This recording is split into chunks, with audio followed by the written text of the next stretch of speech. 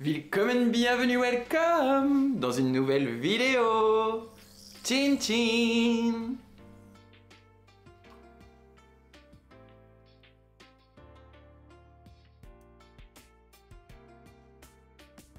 On se retrouve aujourd'hui pour un nouveau format que j'ai décidé de lancer sur la chaîne qui s'appellera Divergent. Divergent, ça va être une série de portraits de personnes qui ne sont pas issues du monde littéraire, qui n'ont pas de compte Instagram sur lesquels ils ne parlent que de littérature, des profils variés, des métiers ordinaires ou extraordinaires, bref, Divergents vont intervenir dans cette série de vidéos. Et aujourd'hui, pour le premier épisode, j'ai demandé à Julien Fantou, aka Patachetouille, que vous connaissez peut-être suite à ses nombreuses apparitions au cabaret de Madame Arthur à Paris, qui est un artiste aux 1000 facettes, chanteur lyrique, danseur, comédien, qui s'initie à la performance, enseignant à la Sorbonne, enfin bref.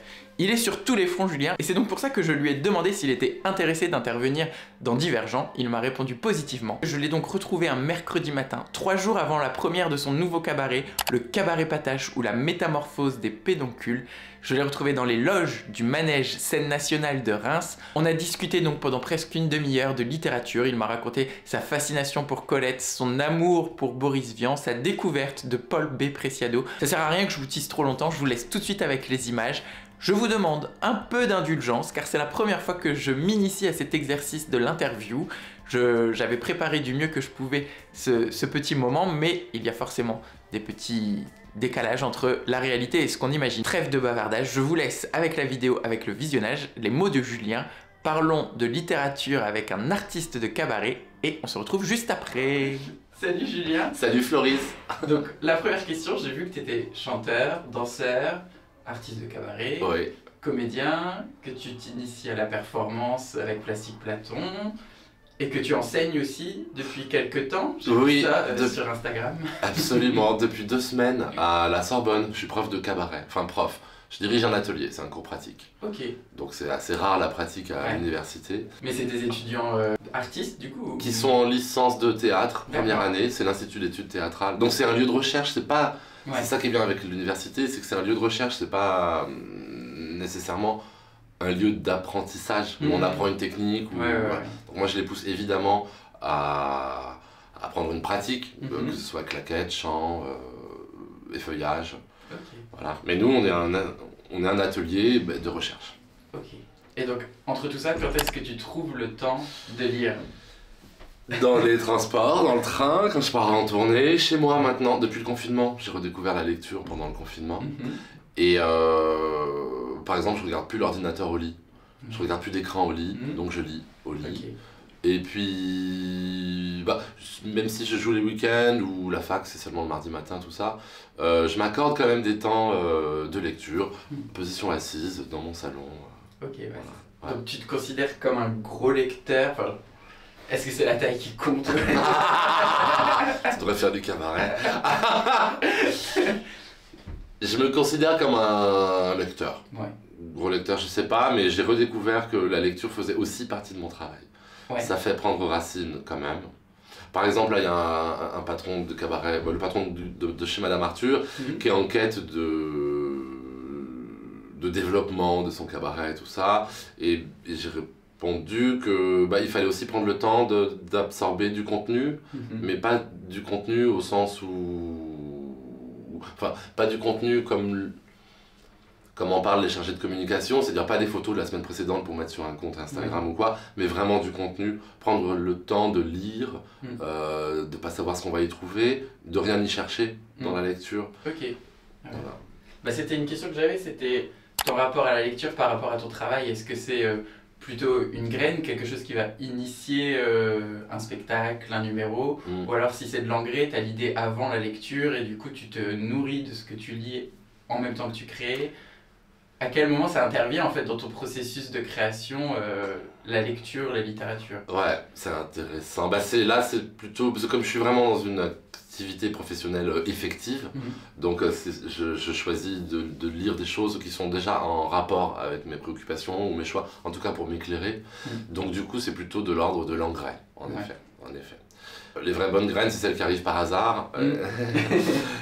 Et voilà, donc là, ces derniers temps, j'ai lu beaucoup de choses sur l'écoféminisme, plutôt des essais politiques, sociétaux aussi. Paul Preciado, qui me fascinent.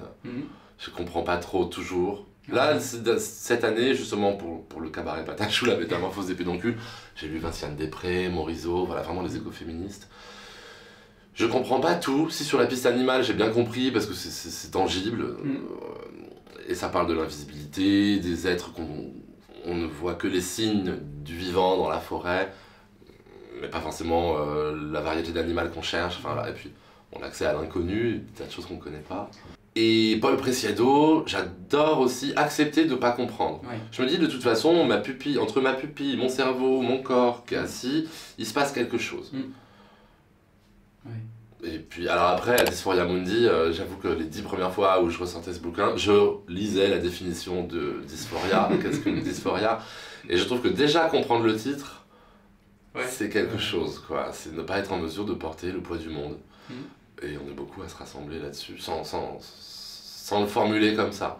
Donc déjà de le formuler, et du coup, je trouve des réponses aussi sur l'éco-anxiété. On n'a pas à porter le poids du monde, y compris son avenir ou son futur. Et elle est tellement poétique. Ouais. Donc t'as plus lu là de la non-fiction en fait, tu disais des essais, tout ça. Ouais. Et je trouve une compensation, parce que ça fait une activité cérébrale intense, je trouve une compensation dans la poésie. Ok. Grisel et Disréal par exemple, qui parle énormément du corps, de l'abandon, du corps, de l'amour qui prend tout. Et du corps avec... c'est intéressant parce que du coup je peux mettre ça en lien avec... j'ai lu un bouquin, je sais plus quel auteur, qui s'appelle « Le travail n'est pas une marchandise ». Donc si tu mets ça en relation avec Grisel et Disréal, toute sa poésie et ses activités aussi de prostitution, etc. En effet, son corps n'était pas une marchandise, c'était un geste poétique en fait. En tout cas ça nourrissait, c'était un matériau de recherche pour de la poésie. Qu'est-ce qui pousse à prendre cette place dans la société? C'est complètement fou. Plutôt que d'être caissier, caissière, vendeur, vendeuse chez H&M ou je sais pas. Se prostituer, écrire de la poésie. J'avais lu des livres de fiction en rapport avec l'écoféminisme, mais je sais pas. Et c'était quoi? Le mur invisible de Marlène Haushofer. Je sais pas si non, j'ai pas lu ça. C'est un des premiers livres qu'on considère d'écoféminisme en fiction justement. D'accord. C'est une femme qui se retrouve enfermée dans une boîte en verre au milieu de la forêt. Et il n'y a plus personne autour d'elle, toute la terre est morte et donc elle doit apprendre à jardiner, planter des patates, tout ça. Et...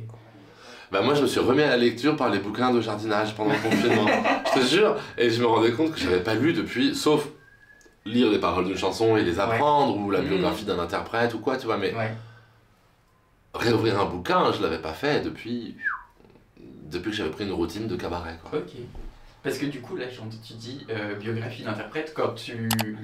Enfin, pas quand tu chantes une chanson, j'imagine, tu vas pas lire les biographies de toutes les interprètes que... Bah un peu, ou celle de Gainsbourg, ou celle d'Hichelin, ou quand même pour m'intéresser aussi à...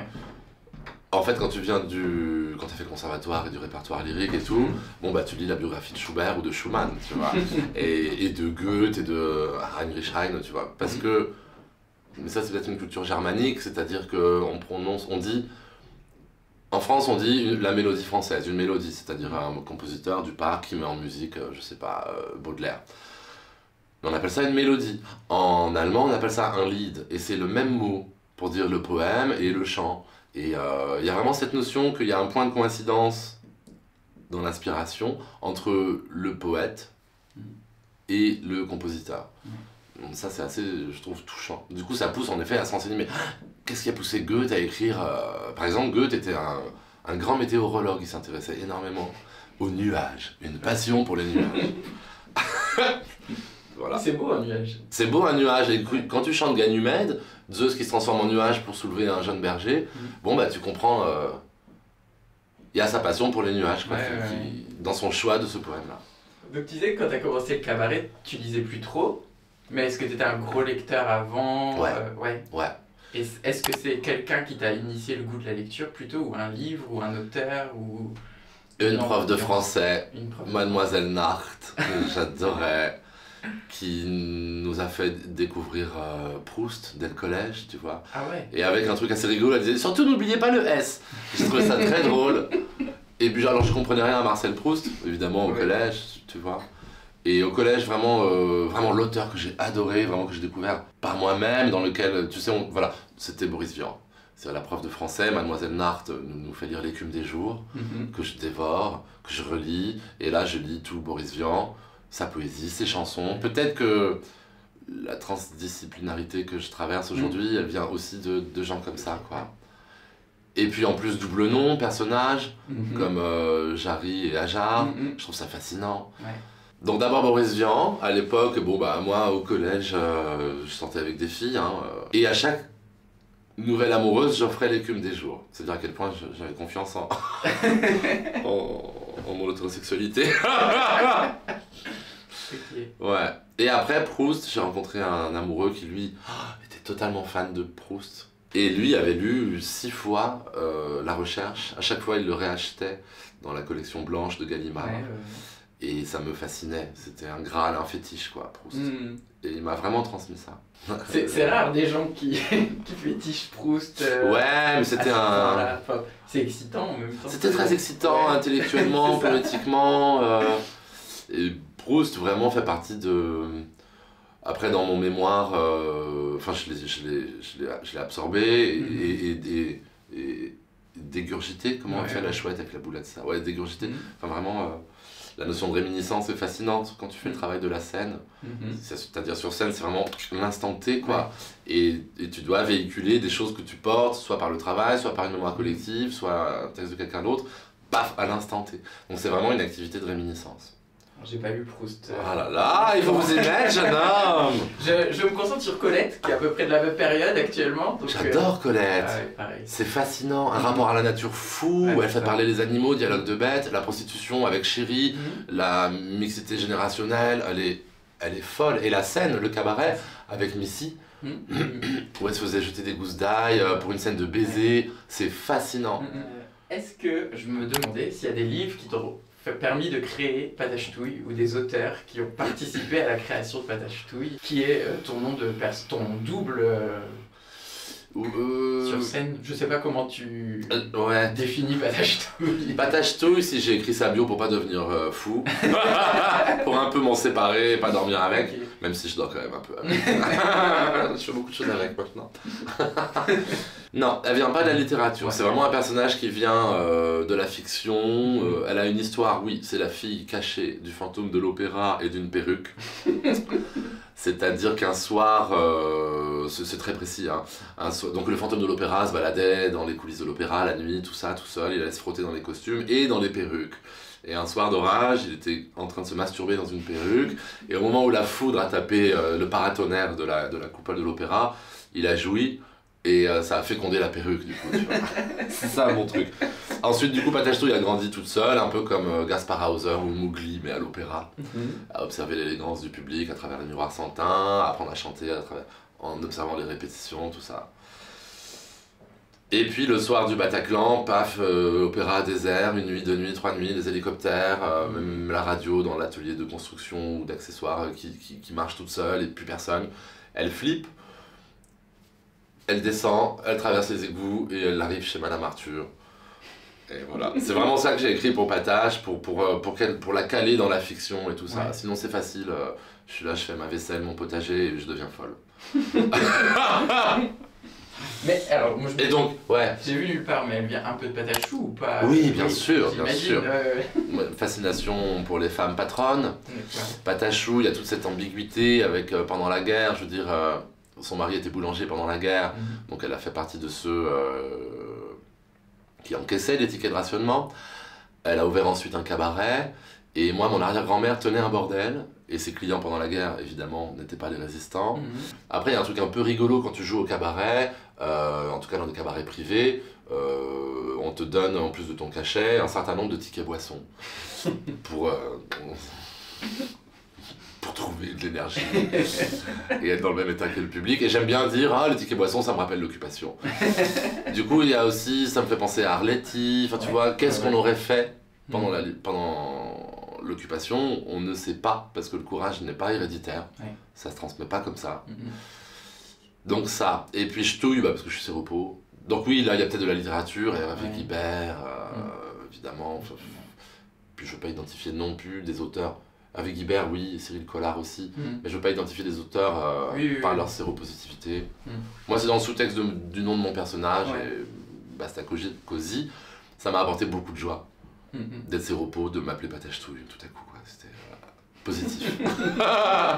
Doublement positif. Dans ton travail d'artiste de cabaret, c'est du spectacle vivant, donc on est sur scène, il y a dans le cabaret d'autant plus une notion d'éphémérité, c'est juste une fois et plus jamais après, Ouais, ce qui est complètement différent du livre, parce que le livre c'est quelque chose qui est écrit et qui est fixe et qui bouge pas pour toujours. ouais. Et cette dualité, est-ce que c'est quelque chose qui t'excite un peu? Enfin, je sais pas comment tu Beaucoup de choses qui l'expliques. m'excitent. Mais oui, j'entends ce que tu dis. C'est un peu antagoniste et en même temps, je pense que ça se complète, je sais pas. Ouais, il y a alors plusieurs choses. Le fonds de commerce de Patache, j'ai un répertoire. C'est chanter Champagne, Desgelin, Antisocial, de Trust. Ça, c'est mon fonds de commerce qui est un peu fixé, qui est un peu clé en main, ou l'extraterrestre et le petit caca de Pierre Note. Ça fait vraiment partie de mon répertoire, c'est fixé. J'ai des accessoires qui vont avec cette chanson ou un petit discours qui le précède. Je sais moi ce que je fournis à l'intérieur, quel positionnement politique et poétique, blabla.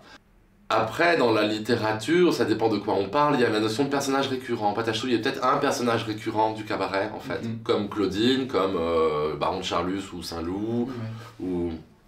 Du coup, ça lui permet de vivre plusieurs épisodes, plusieurs événements. Mais ça, du coup, c'est une écriture de loin en loin. Après, je sais pas, ouais, il y a quand même un enracinement, il y a beaucoup d'invisibles. Chez Patache, qui est vraiment enraciné, il y a des choses qui changent pas en moi, le rapport à l'écriture, le respect pour la plume de l'auteur, tu vois. Bon, quand je chante ça fait rire les oiseaux de la compagnie créative. Mais quand même, il y a un rapport à la plume. Il y a un rapport à la plume. Un plaisir du mot. Une chose que j'adore, moi, faire vraiment quand j'interprète un texte, parce que vraiment j'envisage que Patach-Touille est là pour servir un texte, y compris quand elle le détourne, c'est l'ambivalence du vocabulaire.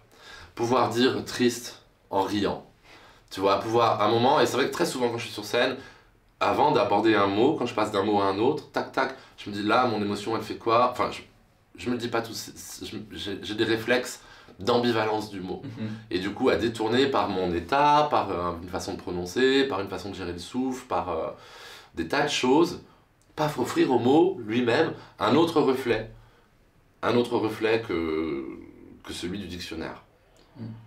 Et en ça, je trouve, on se rapproche aussi de la littérature, parce qu'un livre de fiction, l'histoire, elle te raconte pas juste l'histoire, elle va plus loin, et c'est juste qu'on est deux, il y a le livre et la personne qui le lit, mais donc on interprète chacun en lisant ce que la personne a voulu dire ou pas. Et le livre, il réexiste à l'intérieur de chaque lecteur, en fait. Il redonne vie, c'est la notion d'œuvre ouverte, ça j'aime beaucoup, c'est Umberto Eco qui parle de ça, et je trouve ça fascinant. J'aime bien, là par exemple, c'est un gros chaos là pour créer le cabaret Patache, mais il y a quand même, j'ai vraiment bossé une dramaturgie et tout là, et souvent, alors maintenant ils le disent plus, mais les interprètes au début me disaient mais le sens de ça, c'est quoi? Je dis écoute, moi dans mon écriture, c'est ça le sens que je porte et que je voudrais apporter, mais si on perçoit autre chose, je suis encore plus contente, et parce que personne va comprendre la même chose, et chacun va se refaire, et puis surtout, j'aime aussi ne pas comprendre. Je trouve qu'il faut vraiment, si on cherche tout à comprendre, c'est le problème des complotistes, je trouve, qui veulent se rassurer en comprenant quelque chose, et la fiction elle est là, elle est quand on veut comprendre en fait, alors que... Et tu disais que tu lisais de la poésie, moi dans la poésie c'est ce que j'aime et c'est pour ça que j'en lis, c'est parce que je comprends, je vais pas dire rien, mais quand tu lis de la poésie, je pense capter 10% de l'intention et me faire mes propres 90% moi-même. Ouais, et tu fais vivre l'œuvre, je pense, en te laissant traverser par elle, et elle fertilise du coup ton imaginaire, ta sensibilité de corps, le monde dans lequel tu es au moment où tu lis. C'est une empreinte quoi. Juste. T'es le premier de cette séquence d'interview que je souhaite initier. J'ai déjà un maraîcher qui va sûrement participer. Génial, mais oui, que dit un maraîcher. Voilà, c'est ça. Et un autre artiste, mais qui fait du cirque plutôt. Enfin bref. Et j'aimerais bien organiser une chaîne de livres, que tu me dises un livre à offrir et que je l'offrirai moi-même à la prochaine personne que j'interviewerai. Et qu'on continue comme ça jusqu'au bout. Donc s'il y a un livre, tu disais que t'offrais plus jeune beaucoup l'écume des jours, est-ce que c'est toujours celui-ci que t'offrais? Non, parce que c'était mon homosexualité cachée, donc l'écume des jours aux jeunes filles que je prenais en otage. L'écume des jours est sortie du placard. Je dirais vraiment, Dysphoria Mundi. Parce qu'en plus j'ai du mal à le comprendre, donc je suis vraiment en recherche de gens qui l'auraient lu pour échanger dessus. Mais c'est vrai, j'avais fait un post Insta là-dessus, mais qui lit en ce moment Dysphoria Mundi, parce que je me trouvais vraiment isolé dans ma lecture, parce que ça plante des choses très profondes, où ça réveille des graines qu'on n'imaginait pas à l'intérieur de soi, très au fond de la terre. Et en même temps, il y a déjà un rapport à la frondaison, c'est-à-dire c'est un livre utopiste.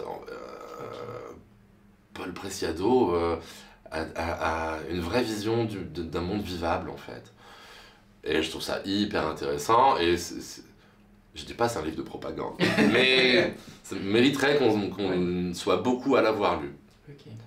Bon. Et c'est de la poésie, et elle intègre aussi justement les réseaux sociaux, enfin c'est incroyable, incroyable. Tu vas me convaincre, parce que justement quand tu as parlé d'Dysphoria Mundi sur internet, j'ai été voir et j'ai dit oula, ça risque d'être compliqué, donc je me suis dirigé vers un autre livre de Preciado en attendant. Lequel? Un appartement sur Uranus, qui est la compilation de ses écrits dans l'IB quand il raconte sa transition. D'accord. Donc voilà. Mais c'est formidable cette histoire de transition aussi, parce qu'il y a la notion de se réinventer. George Sand s'appelait pas George Sand en fait, tu vois, donc il y a la notion aussi patage-touille, il y a la notion qui devient-on, que devient-on quand on passe de soi à l'art par la transition d'une pratique artistique en fait. Et aujourd'hui en 2023 on peut s'inventer, se créer de tellement de façons. Et sa transition n'a pas fait l'économie de sa transition artistique. Et je trouve ça vraiment généreux, quoi. Généreux. Oui, parce qu'il a tout documenté, écrit. Ouais, c'est vrai. Bon, merci beaucoup. De rien. C'était donc ce premier épisode de Divergent. J'espère que la vidéo vous a plu. Si vous avez envie de découvrir encore plus de Julien ou de Patage-Touille, je vous mets toutes les dates ici à l'écran où vous pouvez le retrouver en tournée en France sur la saison 2023-2024.